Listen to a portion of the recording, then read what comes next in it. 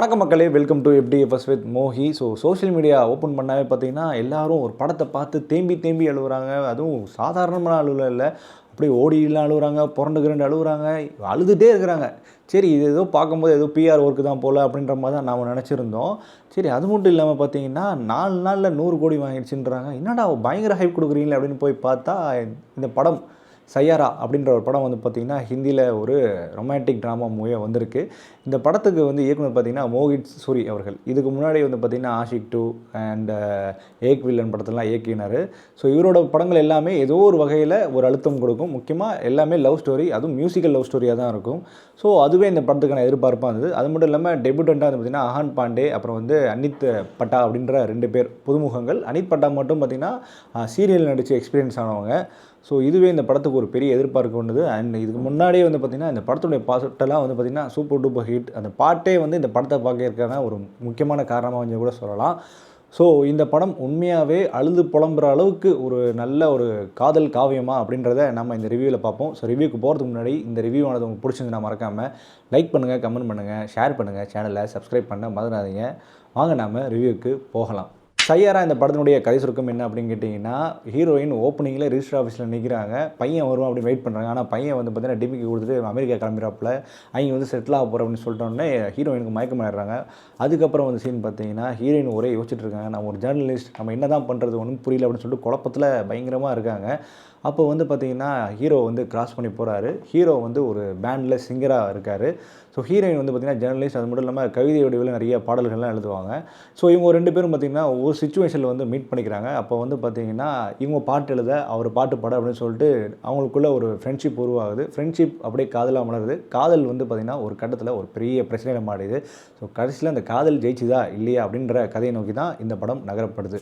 Okay, இந்த படத்தினுடைய positive and negative பற்றி பேசுவோம். இந்த படத்தினுடைய பாசிட்டிவ் அப்படின்னு கேட்டிங்கன்னா, இந்த கதையை பொறுத்த வரைக்கும் பார்த்திங்கன்னா புது கதை அப்படின்னு கேட்டிங்கன்னா, தொன்று தொட்ட காதல் படங்கள் ஸ்டார்ட் பண்ணதுலேருந்து இப்போ வரைக்குமே ஒரே கதை தான் போயிட்டுருக்கு. ஸோ இதில் என்ன வேரியேஷன் அப்படின்னு கேட்டிங்கன்னா, வேரியேஷன் இல்லை, அல்சீமியா அப்படின்னு சொல்லுவாங்க. லைக் வந்து ஞாபக மறதி, அது வந்து இந்த பொண்ணுக்கு வந்து திடீர்னு வருது. அதனால் ஏற்படுற விளைவுகள் தான் இந்த படத்தினுடைய ஒரு மெயின் அங்கம்னு கூட சொல்லலாம். இது ஆல்ரெடி லீக் ஆச்சு, நான் ஒன்றும் லீக் பண்ணுறதுக்கு புதுசாக ஆள் இல்லை. பட் இந்த படத்தினுடைய ப்ரெசன்டேஷன் பொறுத்த வரைக்கும் பார்த்திங்கன்னா நம்மளை உட்கார வச்சிருதுன்னு சொல்லலாம். From the start to end வரைக்குமே இந்த படம் வந்து பார்த்திங்கன்னா லைக் வந்து சனம் தெரி கசம், அப்புறம் ஆஷிக் 2, ஏக் வில்லன், இந்த மாதிரியான படங்கள் நீங்கள் பார்த்து உங்களுக்கு பிடிச்சிருந்தீங்கன்னா கண்டிப்பாக அந்த படம் பிடிக்கிறதுக்கான சான்ஸ் இருக்குது. அதுக்கான ப்ரெசன்டேஷனாக இந்த படம் அமைஞ்சிருக்குன்னு சொல்லலாம். மிக முக்கியமாக வந்து பார்த்திங்கன்னா இந்த படத்தில் ப்ளேஸ் பண்ணப்பட்ட பாடல்களாக இருக்கட்டும், இந்த படத்தினுடைய காட்சி அமைக்கப்பட்ட விதமாக இருக்கட்டும், அண்ட் இந்த இளம் ஜோடிகள் அவங்களுடைய நடிப்பாக இருக்கட்டும், இதுவே இந்த படத்தினுடைய மிகப்பெரிய ஒரு ஆகச்சிறந்த ஒரு கரெக்டான பர்ஃபெக்ஷன் சொல்லலாம். அந்தளவுக்கு இருந்தது. அண்ட் சினிமோட்டோகிராஃபியாக இருக்கட்டும், இல்லை எடிட்டிங்காக இருக்கட்டும், மிக முக்கியமாக இந்த படத்தினுடைய மியூசிக் வந்து பார்த்திங்கன்னா நிறைய பேர் கம்போஸ் பண்ணியிருக்காங்க. ஸோ அதனால் கரெக்டாக இவங்க பேரை நம்ம மென்ஷன் பண்ண முடியல. ஸோ மியூசிக்கும் பொறுத்த வரைக்கும் பார்த்திங்கன்னா இந்த படத்துக்கான அந்த மூடு செட் பண்ணி கொடுக்குறாங்க அப்படின்னு தான் சொல்லி ஆகணும். எஸ்பெஷலி டெக்னிக்கல் டீம்லாம் ரொம்ப அழகாக மூடு செட் பண்ணி தராங்க. அதுமாதிரி ஸ்டேடியம் சீக்வன்ஸ் வரதாக இருக்கட்டும், அப்புறம் இவங்க வந்து மியூசிக் பேண்ட் ஒரு இடங்களாக போய் பண்ணுறதா இருக்கட்டும், அப்புறம் வந்து திடீர்னு நேபாள் போகிறாங்க, திடீர்னு வந்து பார்த்திங்கன்னா கோவாவில் அவங்க வந்து ஒரு ஸ்டே பண்ணுற அந்த ரூமாக இருக்கட்டும். ஸோ அந்த எல்லாமே காட்சி அமைக்கப்பட்ட விதம் ரொம்பவே நம்மளை உட்கார வைக்குது. அண்ட் படத்தில் வசனங்கள், எஸ்பெஷலி ஹீரோ அண்ட் ஹீரோயினுக்கு வந்து பார்த்திங்கன்னா அந்த லவ் மேக்கிங் சீன்ஸை வந்து ரொம்ப நல்லா பிரதிபலிச்சிருந்தாங்க. அவங்களுடைய லவ்ஸ் அண்ட் அவங்க வந்து அவங்களுடைய முந்தைய காலத்துலேருந்து கொஞ்சம் ஓவர் கம் பண்ணி வரும் அப்படின்ற ஒரு சுச்சுவேஷன் வரும். அப்போ வந்து கிரிக்கெட் அப்படின்ற வச்சு தான் அதை பேசுவாங்க. ஹீரோ வந்து என்ன பண்ணுவார்னா கிரிக்கெட் விளாண்டுருப்பார். அப்போ ஹீரோயினுக்கு அட்வைஸ் பண்ணுவார், இந்த நெட்டுக்குள்ளேயே இருந்தால் எப்படி, நெட்டை தாண்டி அடி, அப்போ தான் போக முடியும் அப்படின்னு சொல்கிறாரு. அதே மாதிரி வைஸ் வர்சாவாக ஹீரோவுக்கு ஒரு பிரச்சனை வருது. அப்போ இதே மாதிரி ஹீரோயின் இவங்கள ஹெல்ப் பண்ணும்போது, ஸோ இந்த மாதிரி அவங்களுக்குள்ள அந்த கம்யூனிகேட் சீனாக இருக்கட்டும், அப்புறம் வந்து இன்டர்வல் பாக்கில் அன்எக்ஸ்பெக்டடாக வர அந்த சீக்வன்ஸாக இருக்கட்டும், அண்ட் செகண்ட் ஹாஃபில் முக்கியமாக வர ஒரு விஷயம் என்னன்னு பார்த்தீங்கன்னா, அந்த கோவாவில் ஒரு மியூசிக் கான்சர்ட் போயிடுவாங்க. அங்கேயே அவங்களுக்கு வந்து அல்சீமியா ஏற்பட்டு அப்போது நடக்கிற பின்விளைவுகள் அதெல்லாம் வந்து காட்சி அமைக்கப்பட்ட விதம் ரொம்ப நல்லா. And the way of love அப்படின்ற விஷயம் ரொம்பவே நல்லா இருந்துன்னு சொல்லலாம். அண்ட் கிளைமேக்ஸ் வந்து பார்த்திங்கன்னா நான் இப்படி தான் பண்ணிடுவாங்கன்னு நினச்சேன், பட் அது வேறு மாதிரி ப்ரெசென்ட் பண்ணதுக்கும் நல்ல விஷயம் தான் சொல்லி ஆகணும்.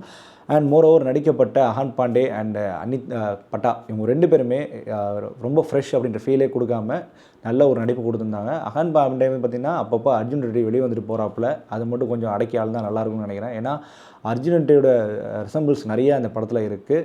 அண்ட் வந்து அவங்களோட நடிப்பு ரொம்ப சூப்பராகவே இருந்தது, ரொம்ப நீட்டாக இருந்தது. ஆக்சுவலி நம்மளை உட்கார வைக்கிறதுக்கு முக்கியமாக பாய்ஸை உட்கார வைக்கிறதுக்கு காரணமே அந்த ஹீரோயின் கூட சொல்லலாம்.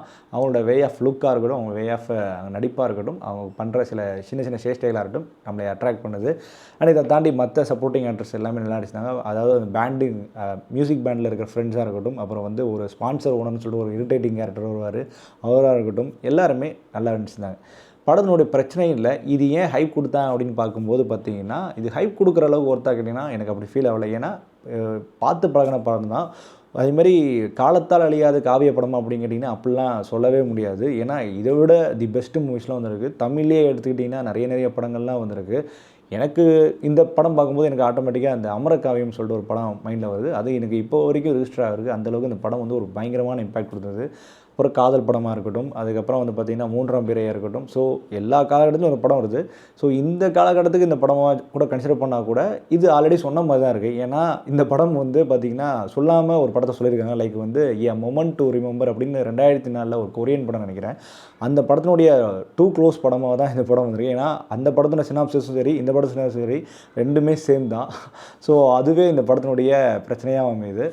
ஏன்னா அந்த படத்தை நிறைய பேர் பார்த்துருக்காங்க போல். அதனால் இது என்ன ஆல்ரெடி பார்த்த படம் மாதிரி இருக்கேன்னு சொல்லிட்டு நிறைய பேர் போட்டு விமர்சனம் பண்ணி தள்ளுறாங்க. அண்டு இவங்க சொல்கிற அந்த அழுது புலம்புற அளவுக்கு எனக்கு எந்த சீன்ஸுமே பெருசாக அழுக வரலன்னு தான் சொல்லி ஆகணும். அழுக வர மாதிரியான சீன்ஸும் இந்த படத்தில் இல்லை. மேபி ஒரு சீன்ஸ் இருக்கும். ஹீரோ ஹீரோயின் வந்து பார்த்திங்கன்னா கோவாவில் அவங்க பேசிகிட்டு இருப்பாங்க. அந்த ஒரு சீனில் வேணால் அந்த ஒரு இம்பேக்ட் இருக்கலாம். மற்ற எந்த சீனுமே பெருசாக இம்பேக்ட் இருக்கிற மாதிரி, அதுவும் கிளைமேக்ஸ்லாம் பெருசாக இம்பேக்ட் இருக்கிற மாதிரியான ஃபீல் பெருசாக எனக்கு கொடுக்கல. இவங்க பண்ணுறது பார்த்தாவே தெரியுது ஏதோ பிஆர் ஒர்க் தான் பண்ணுறாங்க அப்படின்ற மாதிரி. ஏதாவது படத்தை கொண்டு போகணும். ஏன்னா யாஷ் சோப்ரா அப்படின்ற பட்சத்தில் யாஷ் ராஜ் நினைக்கிறேன் ஃபிலிம்ஸ் ப்ரொடக்ஷன். ஸோ கண்டிப்பாக எந்த அளவுக்கு ப்ரொடக்ஷன் ஒர்க் பண்ணுவாங்கன்னு தெரியும்.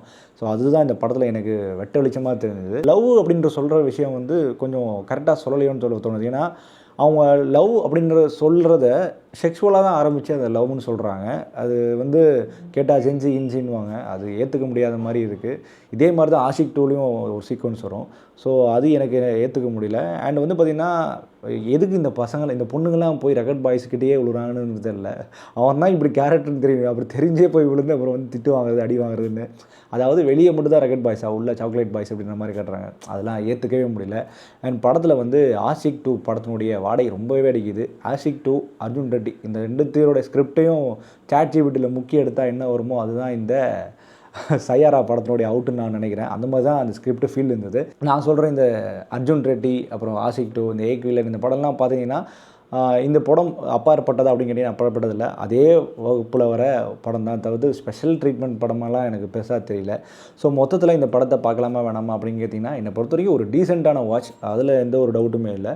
ஆனால் ஆஹா ஓஹோன்னு கொண்டாடுற அளவுக்கான படமாக இந்த படம் கண்டிப்பாக கிடையவே கிடையாது. ஸோ இந்த படத்துக்கு நம்ம கொடுக்கக்கூடிய ரேட்டிங் என்ன அப்படின்னு கேட்டிங்கன்னா 5க்கு 3.2. ஓகே மக்களே, இந்த ரிவ்யூ பிடிச்சிருக்க நம்புறேன். இந்த ரிவ்யூ பிடிச்சிருந்தா மறக்காமல் லைக் பண்ணுங்கள், கமெண்ட் பண்ணுங்கள், ஷேர் பண்ணுங்கள், சேனலை சப்ஸ்கிரைப் பண்ண மாதிரி. ஸ்டே வித் மீ எப்படி ஃபர்ஸ்ட் வித் மோகி.